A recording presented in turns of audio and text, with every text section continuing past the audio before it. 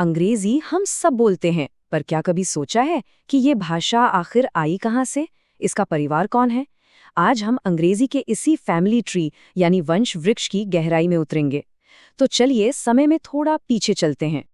सोच कर देखिए, ऑफिस में, दोस्तों के साथ, इंटरनेट पर, हर जगह हम अंग्रेजी का इस्तेमाल करते हैं।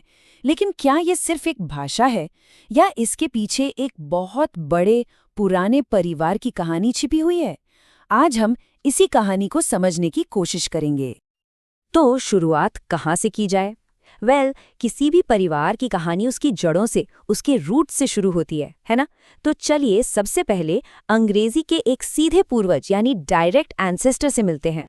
जैसे हम सबका एक परिवार होता है, वैसे ही भाषाओं का भी होता है।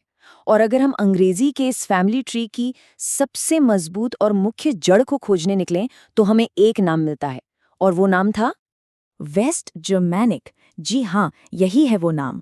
आप इसे ऐसे समझिए कि ये वो जमीन है जिससे आज की मॉडर्न अंग्रेजी का पूरा पेड़ उगा है।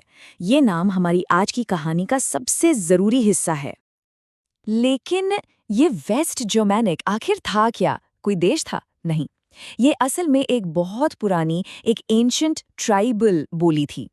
इसे एक तरह की सुपर लैंग्वेज मान लीजिए, जिससे सिर्फ अंग्रेजी ही नहीं बल्कि आज की जर्मन और डच जैसी भाषाएं भी पैदा हुईं।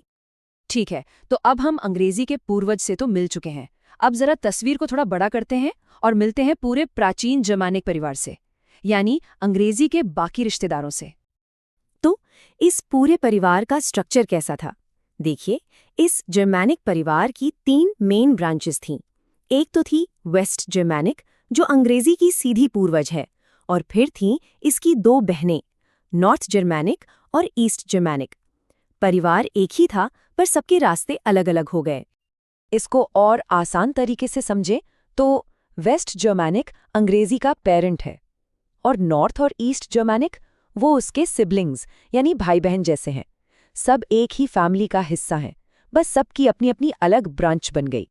अच्छा, फैमिली तो समझ आ गई, लेकिन ये सब हुआ कब? ये कहानी कितनी पुरानी है? चलिए इस भाषा परिवार को अब टाइम मशीन में डालकर देखते हैं। और सुनिए, ये कोई 100-200 साल पुरानी बात नहीं है। हम बात कर रहे हैं लगभग 500 ईसा पूर्व की, मतलब आज से करीब 2500 साल पहले। तब इस जर्मैनिक परिवार ने आकार लेना शुरू किया, और 400 ईस्वी तक आते आते यानी करीब 900 साल बाद ये तीनों शाखाएं वेस्ट, नॉर्थ और ईस्ट अपनी अलग पहचान बना चुकी थीं। 900 साल! जरा सोचिए, लगभग 1000 साल लग गए इस भाषा की नींव रखने में, जिसे हम आज इस्तेमाल करते हैं। इससे एक बात तो साफ है, भाषाएं रातों रात नहीं बनती, उन्हें विकसित होने में सदियां लग जाती हैं। तो इस पूरे सफर का टेकअवे क्या है? जो कुछ हमने अभी तक जाना, चलिए उसे फटाफट से समराइज करते हैं। तो आसान शब्दों में हमारी भाषा की ओरिजिन स्टोरी क्या है? पहला, अंग्रेजी जर्मैनिक भाषा परिवार का हिस्सा है।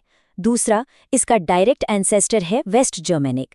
तीसरा, इसकी 2 सिबलिंग बोलियां भी थीं, नॉर्थ और ईस्ट जर्मैनिक। और चौथा, ये सारा डेवलपमेंट 500 ईसा पूर्व से 400 ईस्वी के बीच यानी 900 सालों में हुआ।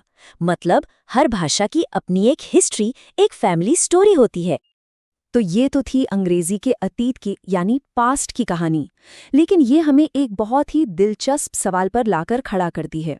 अगर वेस्ट जर्मैनिक अंग्रेजी का पास्ट था, तो अंग्रेजी का फ्यूचर क्या है? आज इंटरनेट, सोशल मीडिया और एआई के ज़माने में ये भाषा आगे चलकर क्या नया रूप लेगी? ये सोचने वाली बात है।